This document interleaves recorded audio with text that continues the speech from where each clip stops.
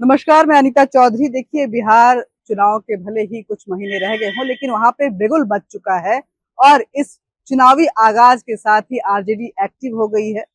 और इस बिहार के चुनाव में एक बार फिर संविधान और वक्फ की भी एंट्री भी हो गई है। बिहार के पूर्व उप मुख्यमंत्री तेजस्वी यादव ने संविधान और वक्फ को लेकर के कुछ बयान दिए हैं, जिस पर बात करने के लिए हमारे साथ बीजेपी के राष्ट्रीय प्रवक्ता आरपी सिंह जी हैं। सर, उन्होंने कहा है कि अगर बीजेपी की सत्ता आती है तो संविधान जो है उसके तार तार हो जाएंगे, संविधान पूरी तरह से बदल जाएगा। वे जानबूझकर शरारतपूर्ण बयान दे रहे हैं। प्रधानमंत्री मोदी जी ने पिछले साल अप्रैल के महीने में शोलापुर की एक सभा में बड़ी स्पष्टता से कह दिया था कि इस देश के संविधान में कोई भी बदल नहीं कर सकता। अगर आज बाबा साहब भी आकर बदल करना चाहे तो वह भी नहीं कर पाएंगे। अब इसके बाद तो कोई विषय रह नहीं जाता, परंतु उनको ये सब सुनाई नहीं देता, क्योंकि आजकल उनका गठबंधन कांग्रेस पार्टी के साथ है और कांग्रेस पार्टी के ऊपर चाइना की छाप रहती है। तो जो कान में सुनने की मशीन है वो लगता है वो चाइनीज मशीन लगा ली होगी, जिस कारण से पूरा सुनता नहीं। जो मूल बात है वो ये है कि देश के संविधान के साथ कोई छेड़छाड़ कर नहीं सकता, ना देश का कोई संविधान बदल सकता है। ये प्रधानमंत्री मोदी जी कह चुके हैं और अमित शाह जी भी कह चुके हैं। आप बोल रहे हैं बदल नहीं सकता, लेकिन धर्मनिरपेक्षता और समाजवाद को लेकर के कुछ बयान ऐसे आए जिसको लेकर के चाहे वो कांग्रेस हो, चाहे आरजेडी हो, समाजवादी पार्टी हो। हमारे समाज में, हमारे देश में लोकतांत्रिक प्रक्रिया के अंदर विमर्श करने में कहाँ रोक है, किसी विषय पे चर्चा करने में कहाँ रोक है। और समाजवाद और सेकुलरिज्म सिर्फ डालने से नहीं होगा, वो करने से होगा। प्रधानमंत्री मोदी जी ने पिछले 11 साल में जिस प्रकार से हर गरीब की चिंता की, गरीब कल्याण के अंतर्गत जिस प्रकार से जन धन योजना लेकर आए, जिस प्रकार से आप आयुष्मान भारत लेकर आए, जिस प्रकार से आप किसानों की चिंता कर रहे हैं, किसान सम्मान निधि लाकर किसानों की चिंता कर रहे हैं, लगातार जिस प्रकार से देश की गरीबों की चिंता हो रही है, इससे बड़ा समाजवाद का एग्जाम्पल क्या हो सकता है, लाइव एग्जाम्पल क्या हो सकता है। हाँ, जहां तक सेकुलरिज्म की बात है, ये देश सेकुलर ही रहा है शुरू से, इसमें किसी को सेकुलर शब्द डालने की जरूरत नहीं, परंतु फिर भी जो संविधान में है वो बदला नहीं जा सकता। परंतु उस पर चर्चा तो हो सकती है कि आपने देश के संविधान के अंदर बैकडोर से कई चीजें डाली। सेक्शन 35A बिना पार्लियामेंट में पास किए डाल दिया था आपने, 370 आपने जबरदस्ती डाला। तो इस प्रकार ये दो शब्द ही आपने डाले। देश का जो प्रेम्बल है, संविधान का जो प्रेम्बल है, उसमें आपने छेड़खानी करी। इस पर विमर्श करने में क्या दिक्कत है? आज लोकतंत्र में विमर्श पे भी अगर दिक्कत होगी तो लोकतंत्र कैसे चलेगा? आरजेडी की तरफ से ये बिहार चुनाव का आगाज हो चुका है। एक बार फिर माई समीकरण की तरफ बढ़ती हुई आरजेडी दिख रही है और उन्होंने कहा है कि अगर उनकी सत्ता आती है तो वक्फ बिल जो है, जिसको कि केंद्र ने पारित किया है, उसको वो कूड़े में डाल देंगे। उनके डोमेन में ही नहीं है, ये पार्लियामेंट का बिल है, ये कोई स्टेट का बिल नहीं है। हाँ, वोट बैंक की राजनीति के कर रहे हो उनकी कुछ, क्योंकि प्रॉपर्टीज के खेल में माहिर है तेजस्वी यादव। लोगों की प्रॉपर्टी लेने में, लोगों के नौकरी के एवज में बड़ी बड़ी प्रॉपर्टीज उनकी हथिया ली इन्होंने। तो इसलिए इनको लगता है वक्त रहना चाहिए, क्योंकि वक्त के अंदर जिस प्रकार से मामला चल रहा था, उस प्रकार से वक्त की प्रॉपर्टीज का मिसयूज हो रहा था, तो इनको वो समझ में आती बात, प्रॉपर्टीज वाली बात समझ में आती है, इसलिए ये वक्त के पक्ष में बात करें।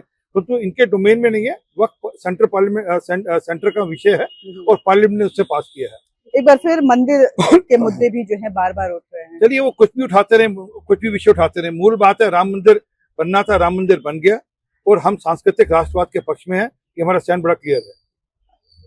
आपको क्या लगता है ये जो बार बार संविधान और वक्फ के बहाने मुस्लिम मुद्दों को जो उठा रहे हैं, ये बिहार चुनाव में वो ये बताएं बन सकता है? वो ये बताएं नीतीश बाबू की या केंद्र की जो स्कीम्स हैं वो ये पूछ कर जाती है कि मुसलमान का घर है या हिंदू का घर है या किस जाति वर्ग का घर है।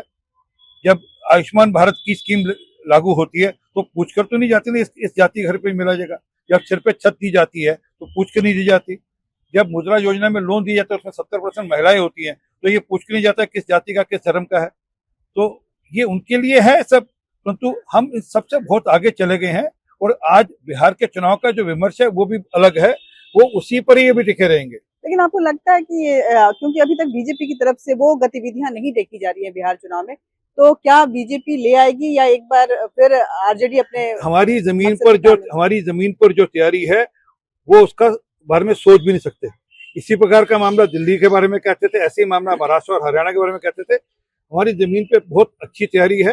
प्रधानमंत्री मोदी जी के जो संदेश हैं और जो डबल इंजन सरकार के संदेश हैं वो नीचे तक जा चुके हैं।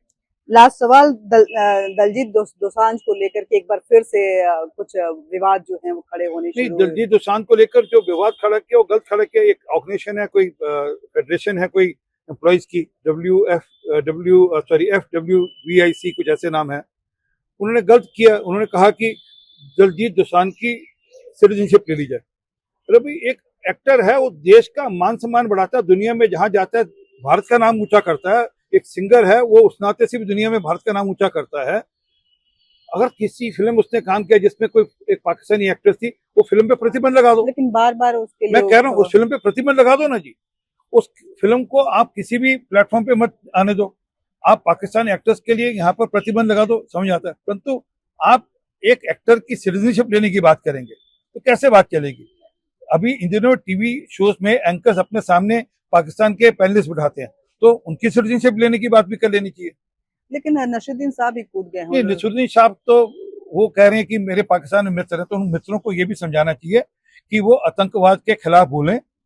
आतंकवाद पाकिस्तान में से जो आतंकवाद उत्पन्न होता है उसके खिलाफ भी कुछ कुछ बोला करें, अपने मित्रों को समझाएं। बहुत बहुत शुक्रिया आपका। देखिए, बिहार की आगाज आरजेडी की तरफ से तो कम से कम हो चुकी है चुनावी आगाज, और एक बार फिर ये जो मुद्दा है जाति के साथ साथ धर्म पे भी केंद्रित होता जा रहा है। संविधान एक बार फिर लग रहा है कि इस चुनाव का मुद्दा बनने जा रहा है, और इन सब के बीच में बीजेपी किस तरह से अपने आप को स्टैंड करती है।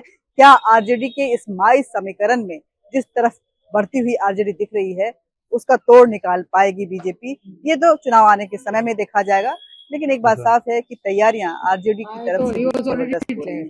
जय हिंद।